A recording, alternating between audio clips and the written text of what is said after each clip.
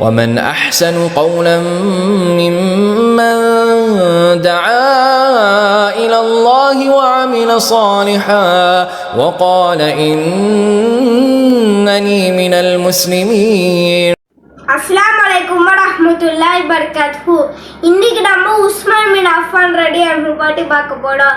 உஸ்மான் பின் அஃபான் ரலியல்லாஹு அன்ஹு பனு உமையால சேர்ந்தவங்க. உஸ்மான் பின் அஃபான் அப்படியே பார்க்க நபி ஸல்லல்லாஹு அலைஹி வஸல்லம் மாதிரி இருப்பாங்க.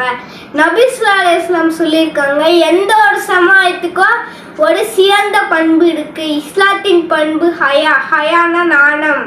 அப்படிப்பட்ட நாணத்துக்கு பேர் போனவங்க உஸ்மான் பின் அஃபான் ரலியல்லாஹு அன்ஹு. எப்படின்னா, ஒரு நாள் நபி ஸல்லல்லாஹு அலைஹி வஸல்லம் வந்து அவங்க வீட்டில் முட்டிக்கால் தெரியுற மாதிரி உட்காந்துருக்காங்க. ஃபஸ்ட்டு உள்ள அபூபக்கர் சித்திக் ரலியல்லாஹு அன்ஹு உள்ளே வராங்க. அவங்க அப்படியே முட்டிக்கால் தெரியுற மாதிரி உட்காந்துருக்காங்க. நெக்ஸ்ட்டு வந்து உமர் ரலியல்லாஹு அன்ஹு வராங்க. அவங்க முட்டிக்கால் தெரியுற மாதிரி உட்காந்துருக்காங்க. நெக்ஸ்ட்டு உஸ்மான் பின் அஃபான் ரலியல்லாஹு அன்ஹு வராங்க. வேகமாக முட்டிக்கால மறைச்சிக்கிறாங்க. அதுக்கப்புறம் உமர் ரலியல்லாஹு அன்ஹு அபூபக்கர் சித்திக் ரலியல்லாஹு அன்ஹு கேட்குறாங்க, உஸ்மான் பின் அஃபான் ரலியல்லாஹு அன்ஹு வந்தால் மட்டும் ஏன் நீங்கள் முட்டிக்கால மறைக்கிறீங்க? 2 பேர் கேட்டாங்கன்னு நபி ஸல்லல்லாஹு அலைஹி வஸல்லம் சொல்கிறாங்க, உஸ்மான் ரலியல்லாஹு அன்ஹு பாட்டு மறக்க மாடுங்கள், ஏஞ்சலே பாட்டு வைக்கப்படுறாங்க, அப்பயே நான் வைக்கப்படக்கூடாதுன்னு நபி ஸல்லல்லாஹு அலைஹி வஸல்லம் சொன்னாங்க. அந்த அளவுக்கு அவங்க நானும் உள்ள மடியிடரா அவங்க இருந்தாங்க. ஒரு நாள் உஸ்மான் பின் அஃபான் ரலியல்லாஹு அன்ஹு ஷாம்லேருந்து அவங்க மக்காவுக்கு திரும்பி வந்துட்டு அவங்களுக்கு மக்கால ஒரு கனவு வருது. அந்த கனவுல ஒரு நாய்ஸ் கேட்குற, அஹ்மத் வந்து விட்டார்னு அவங்களுக்கு ஒரு நாய்ஸ் கேட்குது. அதுக்கப்புறம் அவங்க எந்திரிச்சு இஸ்லாத்தின் பிரச்சாரம் கேள்விப்பட்டோன்னே அபூபக்கர் சித்திக் ரலியல்லாஹு அன்ஹு வந்து இஸ்லாத்தை பார்த்து தெளிவாக சொல்லி அதுக்கப்புறம் அவங்க இஸ்லாத்தை ஏற்றுக்கிட்டாங்க.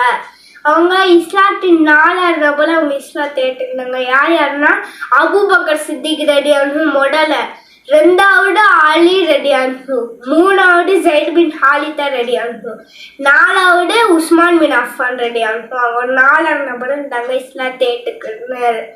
அதுக்கப்புறம் நபி ஸல்லல்லாஹு அலைஹி வஸல்லமோட மகள் ருக்கையாவை அவங்க திருமணம் செஞ்சு வைக்கிறாங்க. நபி ஸல்லல்லாஹு அலைஹி வஸல்லம் திருமணம் செஞ்சு வைக்கிறாங்க. அதுக்கப்புறம் அந்த மக்கால மறுபடியும் குறைசிங்களோட தொல்லை தாங்க முடியாமல் அவங்க வந்து நபி ஸல்லல்லாஹு அலைஹி வஸல்லம் வந்து அபிசீனியாவுக்கு போக ஆரம்பிக்கிறாங்க. எல்லாரையும் சில பேர் யார் தலைமையில் போனாங்கன்னா, உஸ்மான் பின் அஃபான் ரலியல்லாஹு அன்ஹு ஒரு தலைமையில தான் சில பேர் போனாங்க. உஸ்மான் பின் அஃபான் ரலியல்லாஹு அன்ஹு தலைமையில் சில பேர் போனாங்க.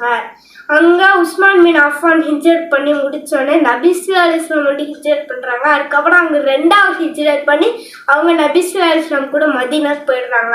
அந்த மதீனால தண்ணி பிரச்சனை வருது. அந்த தண்ணி பிரச்சனை வருது. நபி ஸல்லல்லாஹு அலைஹி வஸல்லம் எல்லா சகாபாக்கள்கிட்டையும் கேட்குறாங்க, யார் அந்த ரூமா கிணறுன்னு ஒரு கிணறு இருக்கு, அந்த கிணறு யார் கொண்டு வரீங்களா, உங்களுக்கு சொர்க்கம் நிச்சயம்னு சொன்னோன்னே வேகமாக உஸ்மான் பின் அஃபான் ரலியல்லாஹு அன்ஹு போய் 40,000 திர்ஹம் கொடுத்து அந்த ரூமா கிணறா வாங்கி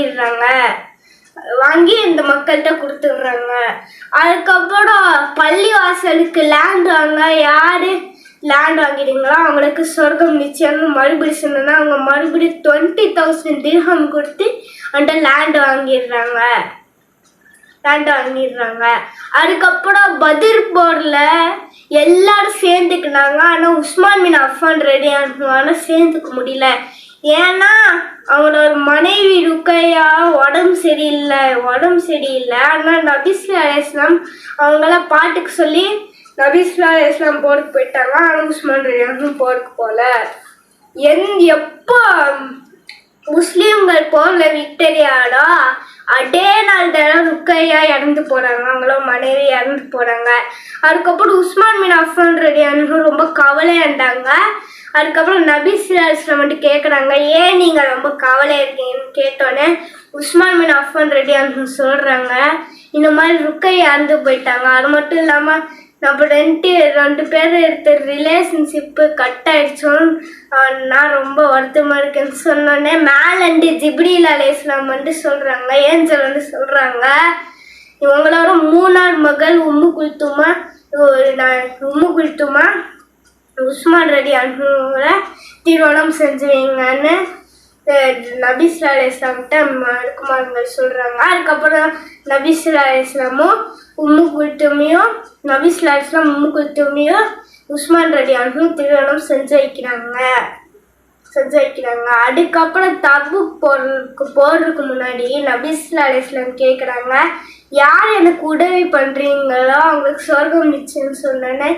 இது வேகமா உஸ்மான் பின் அஃபான் ரலியல்லாஹு கையை தூக்கி நான் 100 ஒட்டகங்களே தரேன்னு சொல்றாங்க. மறுபடியும் நபி ஸல்லல்லாஹு அலைஹி வஸல்லம் யார் எனக்கு உதவி பண்றீங்களோ அவங்களுக்கு சொர்க்கம் நிச்சயம் சொன்னேன்னு மறுபடியும் அவங்க கையை தூக்கி நான் 100 ஒட்டகங்களே தரேன்னு சொல்லி நபி ஸல்லல்லாஹு அலைஹி வஸல்லம் 9 வாட்டி யார் எனக்கு உதவி செய்றீங்களோ அவங்களுக்கு சொர்க்கம் நிச்சயம் சொல்லி 9 வாட்டி சொல்லி அவங்களும் 9 வாட்டி கை தூக்கி நான் 100 ஒட்டகங்களே தரேன் கை தூக்கி மொத்தம் அவங்க 940 கேமல்ஸும் 60 ஹார்சஸும் ஒரே நேரத்தில் தர்மம் பண்ணி அவங்களுக்கு கொடுத்துடுறாங்க.